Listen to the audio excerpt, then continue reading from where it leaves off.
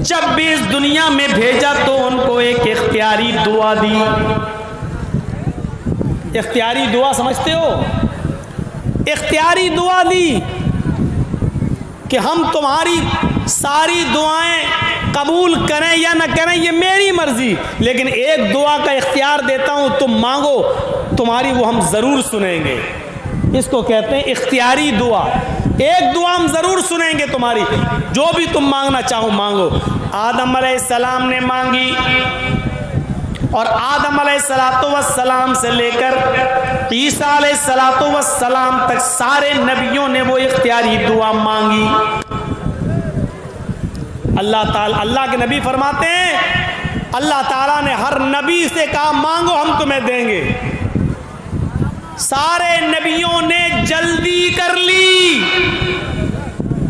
اللہ تعالیٰ نے دنیا میں اختیار دیا تھا کہ مانگو، ایک دعا ہم تمہاری ضرور سنیں گے، تمہاری مرضی جو مانگو گے ہم تمہیں دیں گے. سارے نبیوں نے مانگ لی.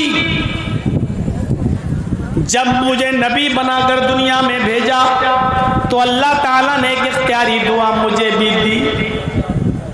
اے محمد صلی اللہ علیہ وسلم مانگ لیجیے، آپ بھی دنیا میں کیا مانگنا چاہتے ہیں، آپ کو بھی اختیار ہے. میں نے سارے نبیوں کو ایک اختیاری دعا دی اور ان کی سنی، ان کو اس دنیا میں نوازا. آپ کو بھی ایک اختیاری دعا دے رہا ہوں، جو مانگیں گے ہم دیں گے. بتائیے کیا چاہیے. اللہ کے نبی نے اس کا ذکر حضرت عائشہ صدیقہ سے کیا کہ اللہ تعالیٰ نے آج مجھے اختیاری دعا دی ہے. حضرت عائشہ خوش ہو جاتی ہیں اور کہتی ہیں اے اللہ کے نبی موقع اچھا ہے، اے میرے پیارے شوہر موقع بڑا اچھا ہے. جب اللہ نے اختیاری دعا دی ہے تو آپ اللہ سے سونا مانگ لو، چاندی مانگ لو، ایسی چیز مانگ لو کہ ہمیں زندگی بھر پیٹ پہ پتھر نہ باندھنا پڑے، ہمیں فاقے نہ کرنا پڑے، ہمیں مصیبتیں نہ جھیلنا پڑے. اللہ کے نبی فرماتے ہیں کہ اگر میں اس موقع پر اللہ سے یہ کہتا کہ اللہ اس احد پہاڑ کو میرے لیے سونے کا پہاڑ بنا دے، جہاں میں چلنا چاہوں چلوں اور یہ پہاڑ بھی میرے ساتھ چلیں، تو اللہ تعالیٰ میرے لیے اس احد پہاڑ کو بھی سونے کا بنا دیتا. کعبے کے رب کی قسم جہاں میں چلتا وہ پہاڑ بھی سونے کا میرے ساتھ ساتھ چلتا. میری بیوی عائشہ مجھ سے کہہ بھی رہی تھی کہ اللہ کے نبی آئے میرے پیارے شوہر، جب اللہ نے اختیار دیا ہی ہے تو مانگ لو، کیوں نہیں مانگتے ہو. فَاخْتَبَاتُ، لیکن میں نے وہ دعا نہیں مانگی، میں نے اس دعا کو چھپا لیا. سارے نبیوں نے جلدی کی لیکن میں نے جلد بازی نہیں کی. اللہ نے اختیار دیا مانگ لو. میں چاہتا تو احد پہاڑ بھی میرے لیے سونے کا بن جاتا، جہاں میں چلتا پہاڑ میرے ساتھ ساتھ چلتا. میں جو مانگتا اللہ مجھے دیتا، لیکن میں نے نہیں مانگا. پھر حضرت عائشہ کہتی ہیں آپ مانگ نہیں رہے، لیکن اس دعا کو آخر جب آپ کو حق دیا ہے تو نہیں مانگیں گے.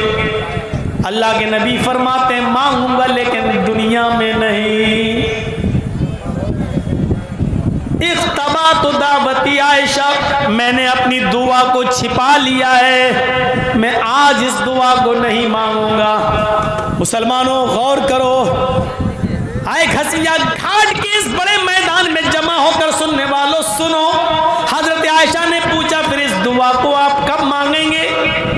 کہتے اللہ کے نبی عائشہ قیامت کا دن ہوگا، میدان محشر ہوگی، میری امت نفسی نفسی چلا رہی ہوگی، نفسا نفسی کا عالم ہوگا، پریشان حال ہوں گے. سورج سما نیزے کے فاصلے پر یعنی 1 میل کے فاصلے پر ہوگا. سورج اور سورج کی پوری گرمی زمین کی اوپر گر پڑ رہی ہوگی اور سارے انسانوں کے جسموں سے ان کے سروں سے پسینہ ٹپک ٹپک کر ان کے قدموں پہ گر رہا ہوگا اور پسینے میں لوگ اپنے اعمال کے مطابق ڈوبے ہوئے ہوں گے. کوئی ٹخنوں کے برابر، کچھ پنڈلی کے برابر کچھ کمر کے برابر، کچھ گھٹنوں کے برابر، کچھ کمر کے برابر، کچھ کاندھے کے برابر، اور کچھ اس میں گوتے لگا رہے ہوں گے۔ میری امت نفسا نفسی کے عالم میں ہوگی، اس وقت میں اللہ سے اس دعا کو مانگوں گا اور کہوں گا الہ العالمین، سارے نبیوں کو تو نے ایک اختیاری دعا دی، انہوں نے دنیا میں اپنی اپنی دعا مانگ لی، اللہ میرا بھی حق تھا، اللہ مجھے بھی ایک دعا مانگنے کا حق تھا، اور تو نے مجھے بھی وہ دعا دی تھی کہ مانگو کیا مانگتے ہو، میں نے دنیا میں کچھ نہیں مانگا، میری وہ دعا باقی ہے، اے اللہ آج مجھے حق دے، آج مجھے اجازت دے کہ میں دعا مانگوں، اے اللہ میری دعا تو سن لے۔ اللہ رب العالمین قیامت کے دن مجھے اس دعا کے مانگنے کی اجازت دے گا۔ حضرت عائشہ نے پوچھا اے اللہ کے نبی تو قیامت کے دن آپ کیا مانگیں گے؟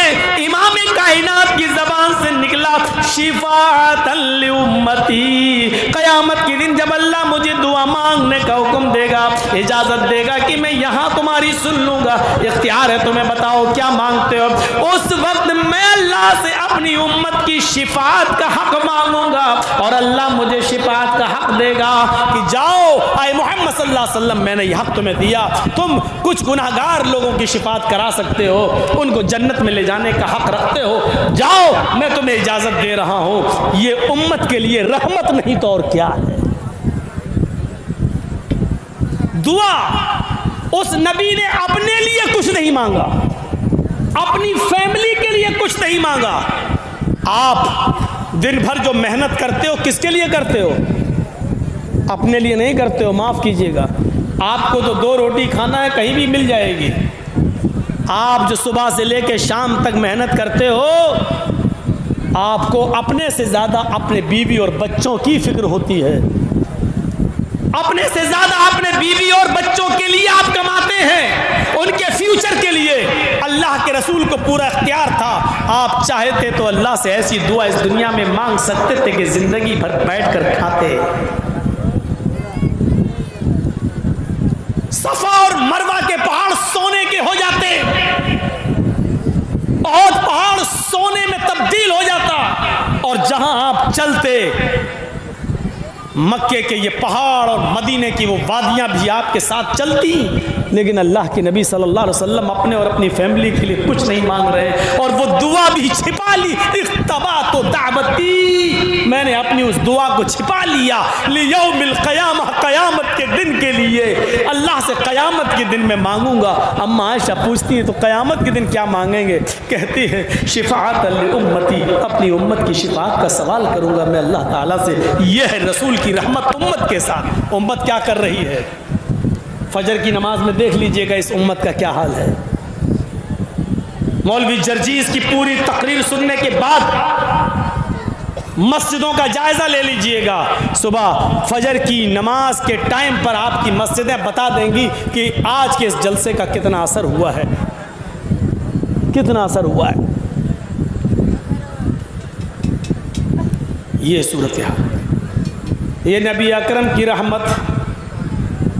آؤ ایک اور نقشہ دکھاتا ہوں رحمت کا، امت کے لیے رحمت، ہمارے آپ کے لیے رحمت۔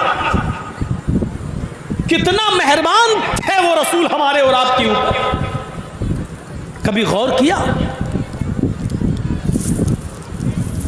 معراج ہوئی، سفر معراج پہ گئے، براق کے ذریعے،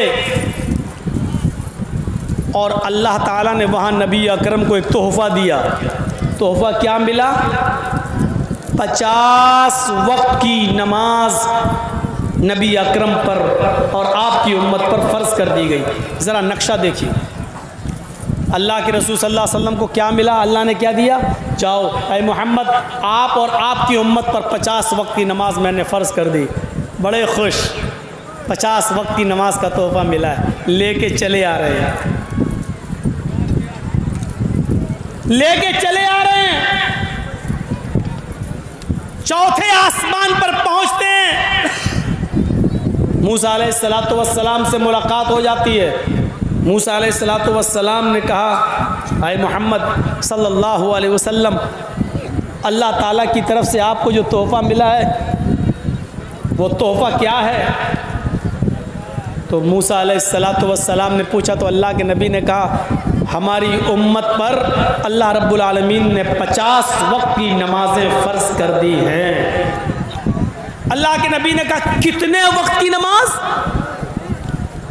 موسیٰ علیہ السلام نے کہا کتنے وقت کی نماز؟ اللہ کے نبی فرماتے ہیں 50 وقت کی نماز۔ موسیٰ علیہ السلام کہتے ہیں آئے محمد صلی اللہ علیہ وسلم دوبارہ اللہ کے پاس چاہیے، 50 وقت کی نماز بہت زیادہ ہیں، لیکن اللہ کے نبی کیا کہہ رہے ہیں؟ نہیں، 50 وقت کی نماز بہت زیادہ نہیں ہے، ہم اور ہماری امت پڑھ لے گی۔ پھر موسیٰ علیہ السلام نے یہاں ایک جملہ کہا جو حدیث کی کتابوں میں اس طریقے سے درج ہے، ان امتک لا تطیق، محمد آپ پڑھ لیں گے، آپ کی امت 50 وقت کی نماز نہیں پڑھ سکتی۔ جملے پر غور کیجئے، ان امتک لا تطیق، آپ کی امت کے اندر 50 وقت کی نماز پڑھنے کی طاقت نہیں ہے۔ موسیٰ تم بھی نبی بن کر گئے تھے، تمہیں تجربہ ہے، تمہاری امت کا حال تمہیں معلوم ہے، کیا میری امت 50 وقت کی نماز نہیں پڑھ پائے گی؟ موسیٰ علیہ السلام نے کہا نہیں، پھر گئے اللہ کے پاس۔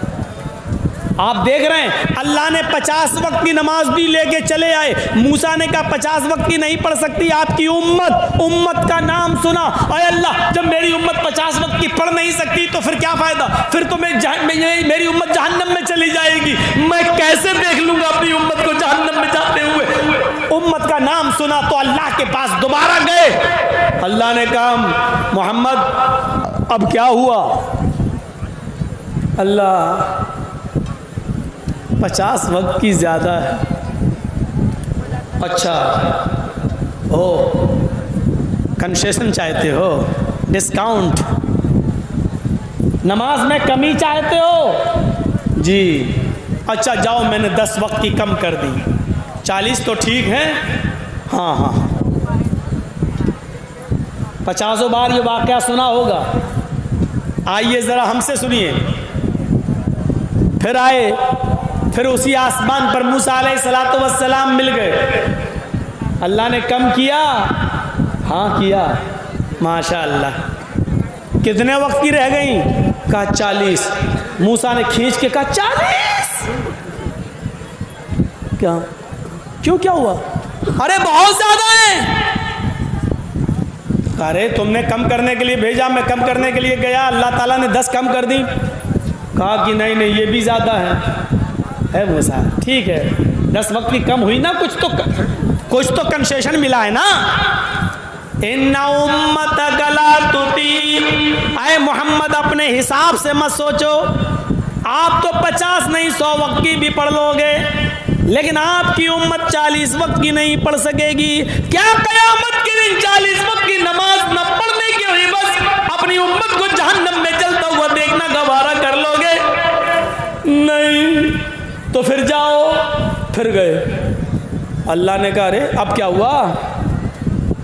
اللہ 40 بھی زیادہ، اچھا تو اور کم کر دوں؟ ہاں اچھا جاؤ 10 اور کم کر دیا، 30 وقت کی۔ پھر آئے موسیٰ، ہاں آدھی کے قریب ہو گئی، 50 میں سے 20 چلی گئی، 30 رہ گئی۔ کہا 30؟ دیکھو موسیٰ اب مت کہنا زیادہ ہے۔ ہاں ہے،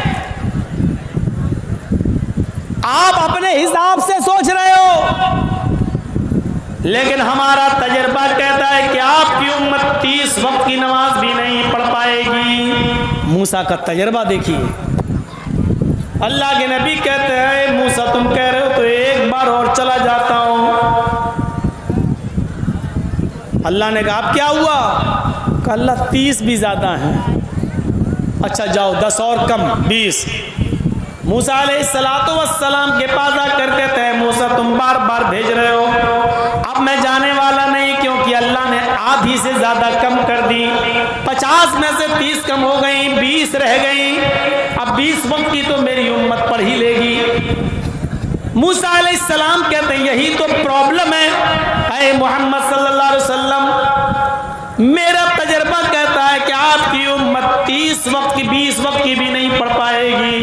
ایک تجربے کار نبی کی بات ہے، اس لیے میں آپ کو ایک بار اور بھیجتا ہوں کہ چلے جائیے اور اللہ تبارک و تعالیٰ سے ریکویسٹ کیجئے، اللہ رب العالمین سے گزارش کیجئے، ان امتک لا تطیق، آپ کی امت 20 وقت کی نماز پڑھنے کی بھی طاقت نہیں رکھتی۔ اللہ کے نبی پھر گئے، اللہ نے کہا کیا اب کیا ہوا؟ 50 میں سے 30 کم کر دی، 20 رہ گئی، پھر کہا اللہ اور کم کر دو، زیادہ ہے یہ بھی، اچھا جاؤ 10 اور کم کر دی، 10 رہ گئی۔ اب آئے موسیٰ علیہ السلام نے پوچھا کتنی رہ گئی؟ اب تو لگ بھگ سب ختم ہی ہو گئی۔ اچھا تو کتنی؟ ایک وقت کی؟ نہیں نہیں نہیں۔ پھر کہا موسیٰ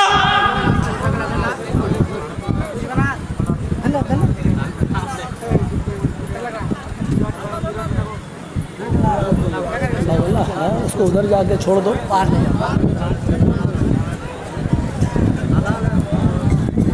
سنیے موسیٰ نے کہا کتنی؟ کہا 50 میں سے سمجھ لو کہ بہت کم، اللہ نے 40 کم کر دی، 10 رہ گئی۔ موسیٰ نے کہا کہ 10 رہ گئی؟ کتنی کم کر دی؟ کہا 10 اور کم کر دی، 10 رہ گئی۔